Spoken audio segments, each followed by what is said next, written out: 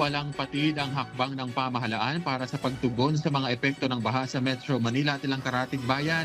Ayon kay Palace Press Officer at PCO Undersecretary Claire Castro, tuloy-tuloy ang mga Estero Ranger at River Warriors sa pangunguna ng DNR sa paglilinis at pagbabantay sa mga ilog at estero, habang tuloy din ang pag-iikot ng DPWH sa mga apektadong lugar para lapatan ng solusyon. Pinaalalahanan naman daw ng DILG ang mga Provincial Disaster Risk Reduction and Management Offices na patuloy na makipag-ugnayan sa kanilang national counterpart para sa maayos na reporting. Nakaalerto na rin anya ang Health Department. Nanatiling operational at sapat ang supply ng mga pasilidad ng DOH habang nakataas ang Code White Alert sa mga apektadong Centers for Health Development. At patuloy naman ang pakikipag-ugnayan sa National Disaster Risk Reduction and Management Council. Nakaakabang din ang nasa 3.1 million doxycycline capsules ng DOH Central Office at sa 17 CHDs. Sapat ang supply ng mga gamot para tumugon sa pangangailangan ng mga ospital at lokal na pamahalaan. Dagdag pa ni Castro, nakapag-release na ang DSWD ng nasa 2.3 million pesos na tulong sa mga apektadong individual at nasa 832 million pesos anya ang standby funds ng gobyerno.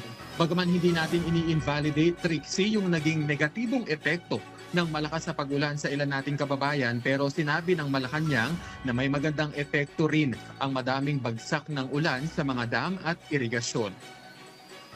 Ayon sa datos ng NIA, katumbas ng 90,000 hectares ang kayang patubigan ng Magat Dam at 100,000 hectares naman mula sa Pantabangan Dam dahil sa pag-ulan. Malaking ginhawa ang hatid nito sa ating mga magsasaka na naapektuhan ng El Nino. Samantala, Trixie, natanong din ng Malacanang sa plano ng DepEd kaugnay ng pagbibigay ng otoridad sa mga eskwelahan na mag-resume sa kanilang mga klase matapos ang isang sakuna o kalamidad. Sang-ayon naman dito ang palasyo pero nasa DepEd na raw kung paano ito ipatutupad. Magkakaiba kasi ang geography, risk at conditions sa bawat lugar. Kung safe, pwedeng mag-resume. Kung hindi safe, suspended. Pero hindi ibig sabihin nito na kanya-kanya ang schools.